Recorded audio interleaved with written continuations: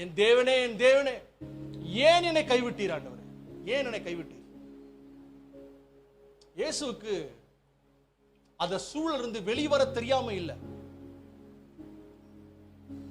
பிறவிலிருந்து குருடனா இருந்த ஒரு மனுஷனை கண்ணு தெரிய வைப்பதற்கு தேவனால முடியும்னா, அந்த கல்வாரி மரணத்திலிருந்தும் வெளியே வருவதற்கு தேவனால ஈஸியா முடியும். ஒரு சூழல்ல ஆண்டவர் பார்த்து கேட்கிறாரு, ஆண்டவரே என்னை ஏன் ஆண்டவரை கைவிட்டீங்க?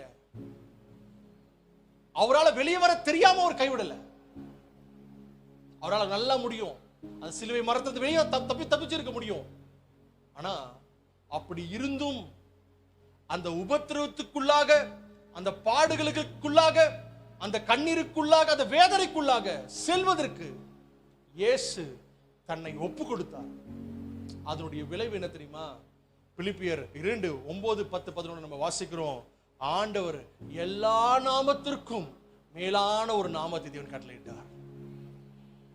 சில பாடுகள் ஏன் என்று நீங்க கேள்வி கேட்டுக்கொண்டிருக்கீங்க. ஆண்டவரே ஏன் எனக்கு இந்த பாடு அப்படின்னு சொல்லி கேள்வி கேட்டு இருக்கீங்க.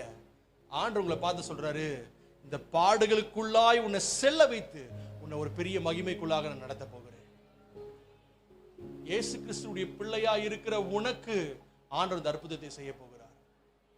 ஏன் பிரதர் இந்த பாடுகள், ஏன் பிரதர் இந்த கண்ணீர்?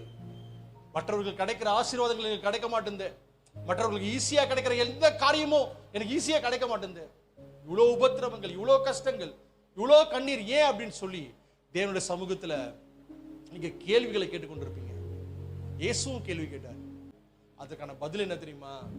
பவுல் எழுதுறாரு, இயேசு கிறிஸ்து நாமத்தினால் வானோர் பூதலத்தோர் பூமியின் கீழானோர் எல்லா முழங்கால்களும் முடங்கும்படியாக இயேசு கிறிஸ்து கர்த்தர் என்று ஒரு பெரிய நாமத்தை ஆண்டவர் இயேசுவை கட்டளையிட்டார்.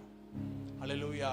அப்படி இருக்கிற பட்சத்துல தைரியமா சொல்ல முடியும், இந்த பாடுகள் வழியாய் செல்லுகிற உங்க ஒவ்வொருவருக்கும் ஒரு நித்திய மகிமை ஒன்று காத்து கொண்டிருக்கு.